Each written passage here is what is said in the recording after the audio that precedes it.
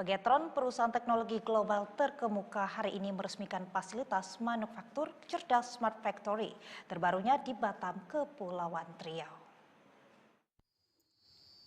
Menandai langkah strategis dalam mendukung revolusi industri 4.0, Pegatron bekerja sama dengan Telkomsel, penyedia layanan telekomunikasi digital terdepan dan operator 5G pertama di Indonesia, untuk menghadirkan solusi manufaktur pintar berbasis jaringan 5G. Dalam kolaborasi ini, Telkomsel melalui unit bisnisnya Telkomsel Enterprise yang fokus melayani pelanggan B2B, menyediakan solusi infrastruktur 5G Private Network standalone untuk memastikan konektivitas yang andal dan aman di seluruh area produksi. Selain itu, Telkomsel juga menyediakan hingga 1.200 kartu SIM untuk perangkat IoT yang akan terintegrasi dalam sistem Smart Manufacturing berbasis 5G.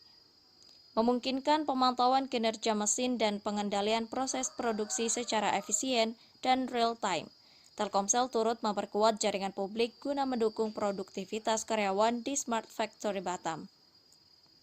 Kolaborasi dengan Telkomsel sebagai pionir 5G di Indonesia menjadi pondasi penting dalam mewujudkan Smart Factory yang benar-benar adaptif, terhubung, dan efisien.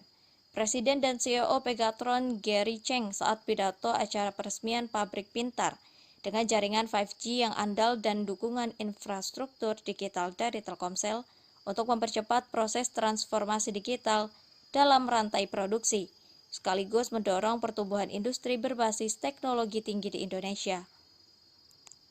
Hadir dalam kesempatan yang sama Direktur Perencanaan Spektrum, Pengelola Orbit Satelit, dan Standarisasi Infrastruktur Digital Kementerian Komunikasi dan Digital, Adis Alifiawan, yang menyampaikan bahwa pembukaan fasilitas Pegatron di Batam menjadi tonggak penting bagi pertumbuhan industri nasional, khususnya di bidang teknologi dan perangkat ICT. Indonesia bukan hanya sebagai pasar tapi juga sebagai produsen dan inovator dalam industri teknologi dunia. Dengan konektivitas yang andal dan latensi rendah, 5G Private Network memungkinkan integrasi ribuan sensor dan mesin secara real-time, juga efisien produksi lainnya.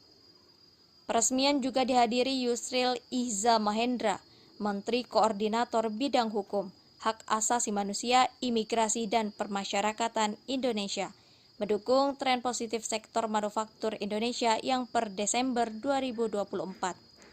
Pertumbuhan sektor ini didorong oleh peningkatan output dan pesanan baru dari pasar domestik dan ekspor, dengan proyeksi pertumbuhan PDB sektor manufaktur sebesar 5,2% pada tahun 2025, serta lingkungan investasi yang semakin kondusif.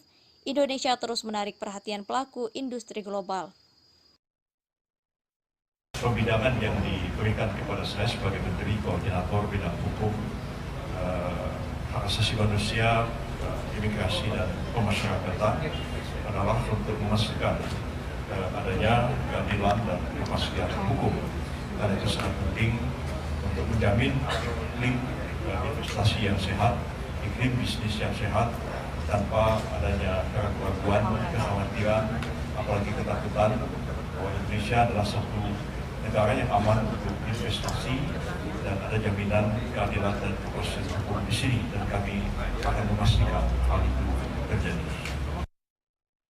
Strategi jangka panjang Pegatron mencakup kecerdasan buatan, inovasi masa depan pekerjaan, daya saing bisnis, kemitraan strategis, dan restrukturisasi organisasi. Kolaborasi dengan Telkomsel merupakan contoh komitmen strategi terhadap kemitraan berorientasi masa depan yang mempercepat kemajuan digital. Rizky Kurniawan, TVRI melaporkan dari Batam, Kepulauan Riau.